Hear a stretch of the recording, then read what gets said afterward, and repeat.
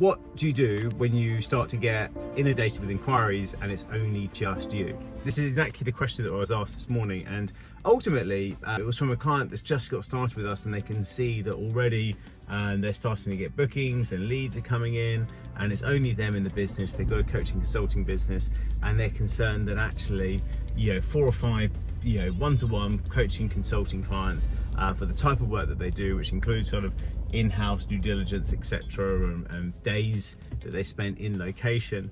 They say I wouldn't be able to handle any more than that. I'm concerned that we're that we're going to get too much, and I'm going to have to start turning work away. And like anything in business, I'm always a big fan of creating the problem and then backfilling the solution. So picture this: you do get a number of people who are asking to work with you, and the inquiries start to come in. Is that a time to then shut everything off and stop everything? No, in fact, actually that's the time to get creative. And that's exactly what I did. So when I came out and sold my business and started to say to people, well, I could teach you all a few things about business, hadn't done it before, happy to do some coaching. I set up my diary for one-to-one coaching, and I was doing 2 sessions a month for clients, and charging sort of $1.5 grand or so for doing that.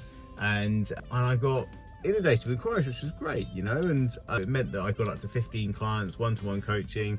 It was a really nice business, but I was maxed out. That was 30 1 hour to 90-minute sessions. They were kind of about an hour to 90 minutes each session, and so two per client, so that meant that was 30 in a month. And actually it worked out to be incredibly draining, not much time to do anything else. If I went on holiday, it was all kind of getting squeezed into 30 in 2 weeks, and it was just a really tough business to have. And of course it had a glass ceiling. I couldn't get through that.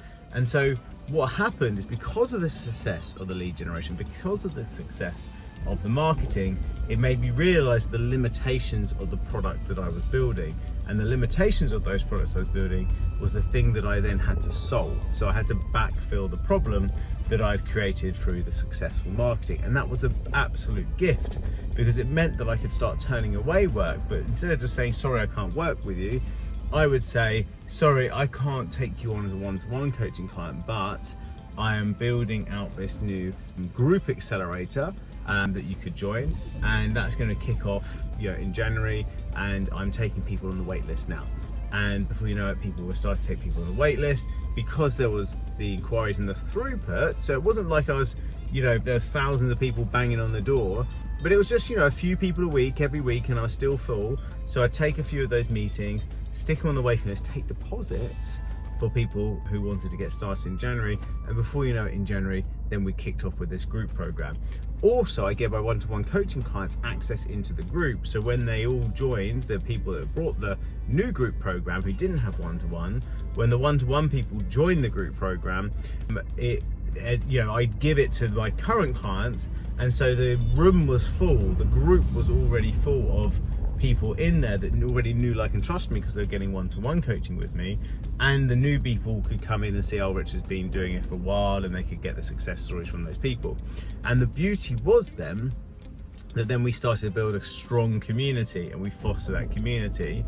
And then some of the one-to-one clients decided that they would be happy to stop doing the one-to-one sessions and just go into the group program, which for me was perfect, because I was trying to wind down the one-to-one, because I realized how powerful having a group program where I could show up for sort of 2 drop-in clinics a week and serve 30 to 40 people, as opposed to having to show up to 2 sessions a month to serve 1 person, right? And so that became the start of my group program, which ultimately then went to evolve into what we see as $1 Million Sprint today. But ultimately, you can find that actually by having a large program, so we got over 150 people in the actual MDS, that is a group program where I can still show up for those 2 to 3 hours a week, as opposed to having to show up for those 30 odd hours for 15 clients. And of course then you make considerably more because of the multiples, right? And you can build a whole team around that, invite other people into the coaching. And so that's how the evolution goes. So where did it all start?